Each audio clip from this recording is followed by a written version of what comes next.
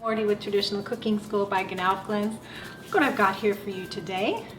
Some beautiful sourdough bread. We are going to be talking about how to make sure that your sourdough bread is light and less dense, because we've all been in the position where we bring a loaf of bread out of the oven and we're like, why is it so dense? Why can't I make a light loaf? Well, everybody has been there, including me. So today I have 11 tips to help you make lighter, less dense sourdough bread. Before we get to that, I want to welcome you to Ask Wardee. This is my weekly show where I share answers to your questions about traditional cooking. My name is Wardee and I'm from Traditional Cooking School by Gnauflins.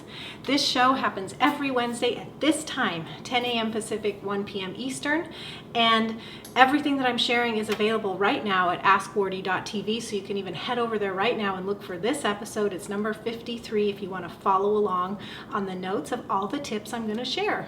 If you're here live on Periscope or Facebook Live, hello. So glad you're here. Please feel free to like, comment, and share. Love to see what's happening in the comments there, and I love when you share this with your friends and family. If you do have any questions as we go along, I will be looking at them later.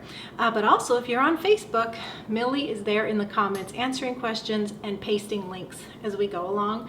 So you can, of course, say, hey, I need some help, and she'll be right there to help you. Okay, so let's get started. Here's the issue. You feel like wringing your hands, tearing your hair out. It can be very frustrating when you're working with sourdough to pull a dense loaf out of the oven. And you may have tried it many times. You may have been on your first attempt and it's dense, but either way, it's just as frustrating. And it's been that way for me as well, because I have had my share of hockey puck loaves. June F. recently asked a question for tips on this, so I figured it was time to share all the tips that I have in my head that I use myself every time I bake bread to make sure that most of the time we get lighter, less dense loaves. So June's question is, she said, I finally got a good whole wheat starter. Yay, June. In fact, I made my first loaf yesterday. It is very dense and heavy, so I need to work on lightening it up somehow. Wardee, could you address how to make a lighter, less dense loaf of sourdough bread? That would be awesome. Well, June, yes, it would be awesome to make lighter, less dense sourdough bread, and I am thrilled to help you with that. So here we go, 11 tips. And that may sound like, oh no, that's a lot to cover, but these are so no nonsense and common sense. That goes together, doesn't it?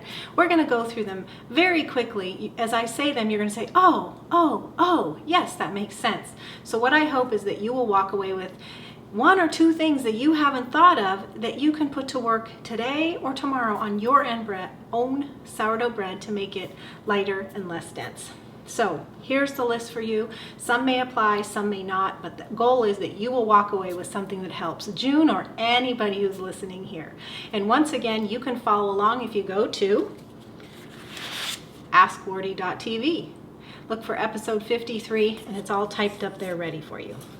Okay, so number one is use a lighter flour. Now, June is saying she's using whole wheat. I don't know what variety of whole wheat she's using, but as a general rule, if you're using hard red whole wheat flour, that is heavier and ends up with a more dense loaf than if you use hard white whole wheat.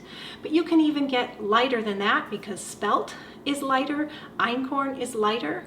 So if you can switch up your flour and use a better, lighter flour for your whole grain baking, that is just going to immediately give you the lighter characteristics of that flour into your bread. So hard white wheat, spelt, einkorn are going to be lighter in end result than hard red whole wheat right off the bat.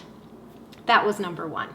Tip number two is to use some or all sifted flour. So I know it's really important to all of us to use whole foods. So I'm not talking here about going out and buying all-purpose flour. What I'm talking about is if you take your whole grain flour that either you mill yourself or that you purchase whole grain, either way, you sift it, and then you sift some of those harder and heavier components out of it, like the bran.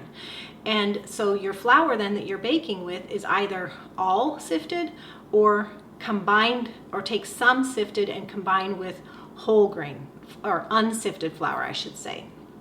And you will end up with a lighter loaf. And don't feel guilty about this, or don't feel like you're breaking any whole grain rules, because your bread is so much better than anything you could buy at the store. And to sift it yourself at home is different than buying all-purpose flour. Okay, so take advantage of that sifter you probably have in your cupboard and sift some or all of your flour to remove some of that heaviness that's just right there in the grain. Okay, so that was tip number 2, which was to use some or all sifted flour. Tip number 3 has to do with your sourdough starter. Make sure it's ready for bread baking. You know, when we get our sourdough starters going, some of the first recipes that I recommend you do with a young sourdough starter is like pancakes or waffles or English muffins. That's because your sourdough starter, if it's 5 to 7 days old, is active and strong enough for that. Because those are less demanding recipes on the power, the lift power of a sourdough starter. But if you're doing sourdough bread, your sourdough starter might not be ready if it's brand new. We call it immature or young. Anyway, it's just a baby. It can make recipes that it doesn't need that lifting power, but it might not be ready for bread. So give it more time. Make sure that you're feeding it twice daily, or more if the weather's hot, to get it good and strong. You need a really strong colony of yeast especially to do the lifting and the rising of your bread dough, and that just takes time of cultivating and taking care and doing really good TLC on a sourdough starter. You might need to wait 3 to 5 weeks for it to be good and strong. Now, how do you know it's good and strong? Well, after a feeding, it's really bubbly, produces lots of hooch, has a really good lift.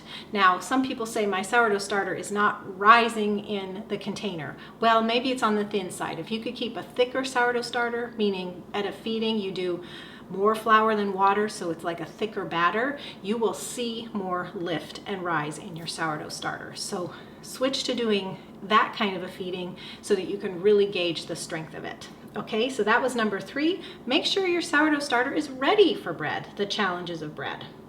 Number 4, you can play with the moisture level in your dough.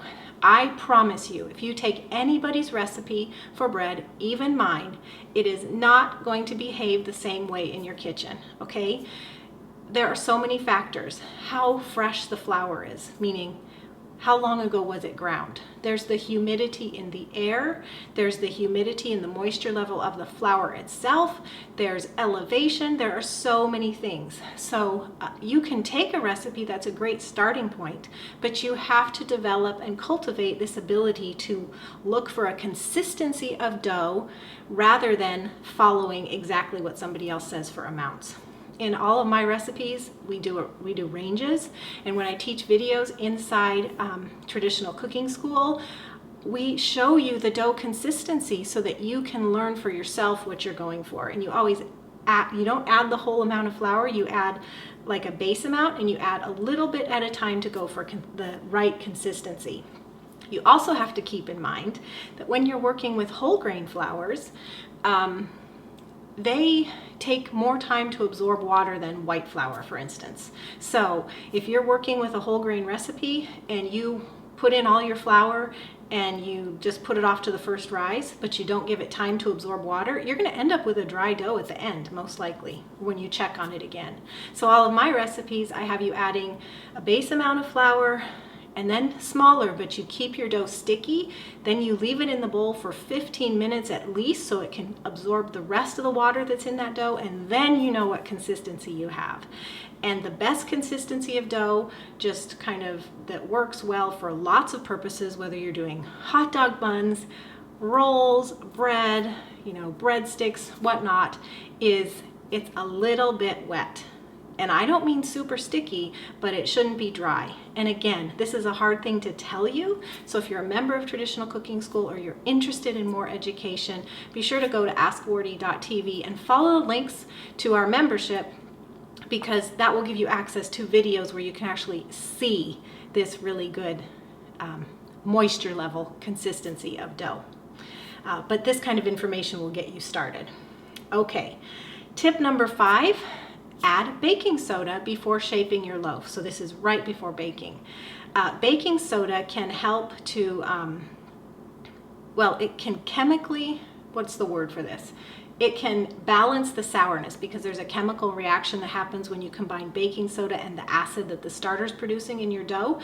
The phrase is called soda sweetens. Well, it counteracts the sour and you end up with a sweeter dough. So not only does baking soda help with little ones enjoying the bread more because it's not so sour, but also that chemical reaction that happens, you've probably seen it in your sink or your drains if you combine baking soda and vinegar, all that fizzy bubbleness, well, that happens in your dough as well. Now, you might not see fizzy bubbleness, but you are going to see your dough literally lift on the counter before you. So take advantage of that natural chemical reaction that you can introduce into your dough by adding in a little bit of baking soda while you're shaping your dough for its baking. So that means like before you're putting it into the pan in which you're going to bake it. So it's final rise. How much? Well, like a sandwich loaf or an artisan loaf of bread like this one, you're going to do like 1/2 to 1 teaspoon of baking soda. You have to play with this because you don't want too much and you don't want too little. So again, this is a factor you have to play with. But baking soda is a beautiful thing to work into your flow. Now, I do have a recipe, this one in fact. This is a no-knead Einkorn artisan loaf. And part of this recipe that I've come up with does include a step for adding baking soda. So if you want to get this recipe, by the way, it's free. I can more specifically walk you through the process because the recipe walks you through the process. So to get that recipe, you can look for the link below this video. You can go to askwardee.tv or you can go to tradcookschool.com/freebread. Okay, and that recipe is going to show you actually how to use baking soda in a recipe. It's not a kneaded recipe, it's a no-knead recipe, but whether you got a kneaded recipe or a no-knead recipe, it's pretty much the same. You're working baking soda into that final step before baking. Okay, so that was tip number 5. A few more to go. So number 6 has to do with your kneading time. This applies to a recipe that's kneaded. Okay, this is not a no-knead tip. This is for kneading. So if you have a kneading recipe, you may not have kneaded it enough. You may need to knead it more. Here's what is happening inside that dough. Your sourdough starter is this colony of bacteria and yeast. And you introduce it into the flour of your dough, you give it time to rise and whatnot. And what happens is that as the yeast and bacteria consume the starches and sugars and flour, they are going to give off gas. And if the dough is kneaded right, then that gas will lift your dough and cause that rise. So it's really this teamwork thing. In a good loaf of sourdough bread, you have a strong colony of yeast to rise, but you also need a really well-kneaded dough where the gluten development is perfect. Don't be scared by this. I'll tell you in a moment a simple test that you can do, but I first want you to understand that this is a teamwork effort in your loaf. You need the yeast there to do the rising, and you need the dough there that can stretch and lift when the gases push, okay? When the gases push it up. Now, the simple test that you can do on kneading is called the window pane test. You get a small amount of dough, and you stretch it out between your fingers, and the dough should stretch.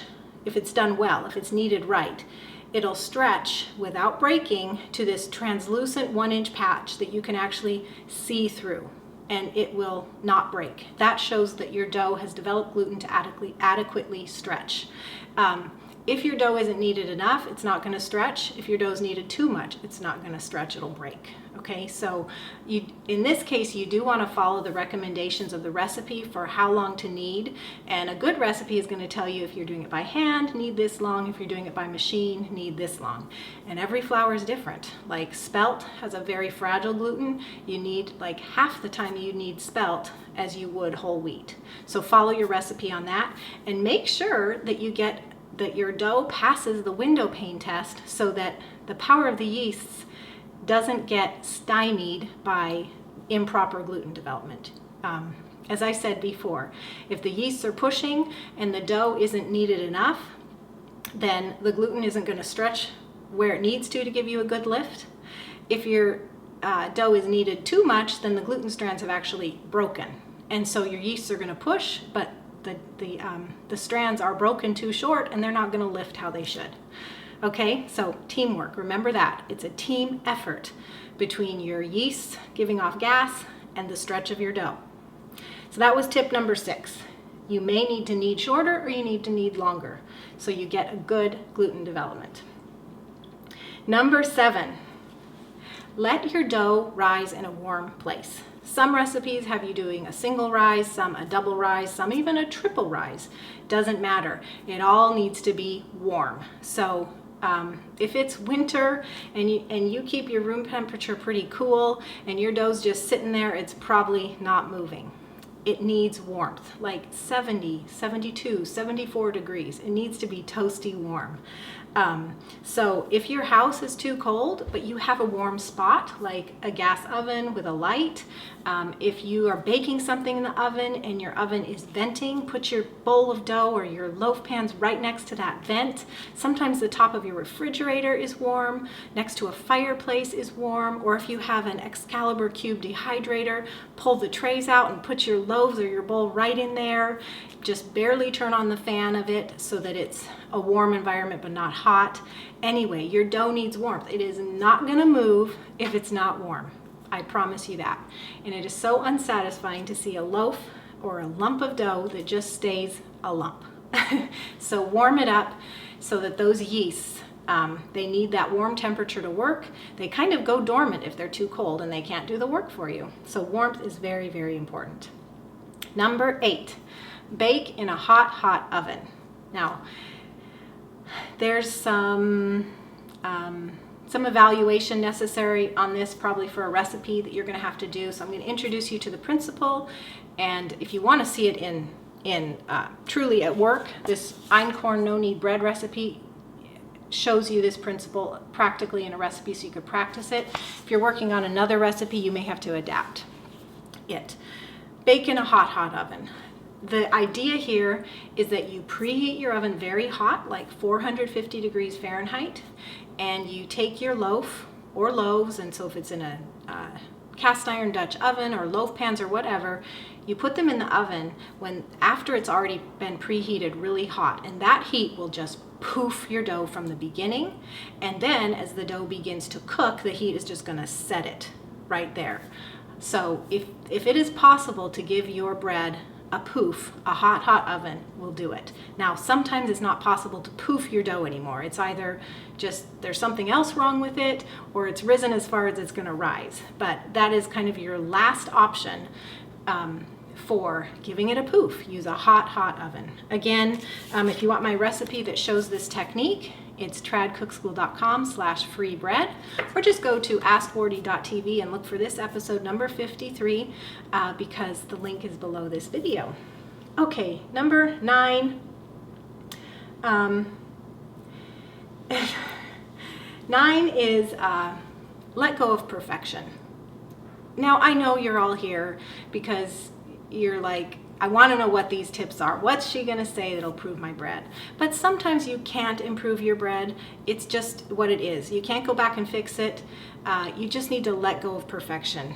So if it's not quite as high as you want, if it is, not enough holes, it's too dense, just let go of that and try again. So this is sort of like a encouragement tip for you. Tip number 10 is to let go of complicated recipes. So you may have looked at this amazing bread recipe online, and it calls for 3 rises and over the course of 15 days, which is an exaggeration. And you do this folding and you work in these special ingredients, and it's got all these seeds and nuts, and the point is it's complicated. Well, I want to encourage you to, until you're really good at bread, or until you actually have the energy to do complicated, why don't you stick with some less complicated options for bread? So one of them is this no-knead bread. You can get the recipe below this video. There's a link, or go to askwardee.tv. But there's other things you can use as bread that have also been baked with sourdough. If you're a member of Traditional Cooking School, and there's a link below this video, We have several other recipes in our classes that I call easy breads. There's a honey whole wheat bread, and that's a recipe from our friend Katie at Kitchen Stewardship.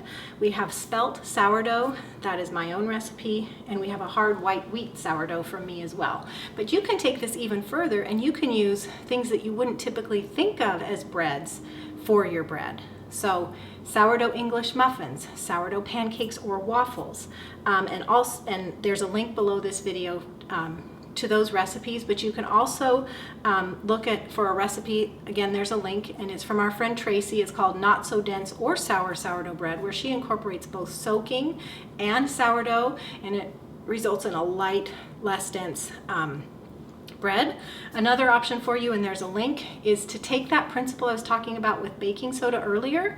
Now, baking soda we use in our sourdough English muffin recipe, but you can, instead of making individual English muffins, you can take that dough that's for English muffins, where baking soda is giving it a lift, and you can turn it into a soda bread. And I have a link for you below this video for that too, or go to askwardee.tv. And I mentioned being a member of Traditional Cooking School. We also have standalone ebook and video packages. So when you go to askwardee.tv, look for our sourdough eCourse or our Einkorn Baking eCourse, because we have a lot of demonstrations using sourdough with different breads. Another thing that you can look for is our membership, because our sourdough eCourse, our Einkorn Baking eCourse are included with your membership, and we have a lot of demonstrations there. Okay, so the last thing I wanted to tell you about was a tip, number 11, which is ways to use your bread that did turn out dense. It's not a lost cause, okay? It's not a lost cause. So don't throw it away. You don't need to compost it, although composting would make use of it. It wouldn't be a complete waste. But take your loaf of bread that wasn't quite perfect and turn it into croutons. We have a bread pudding recipe you can make in your Instant Pot. You can, I had one more written down here.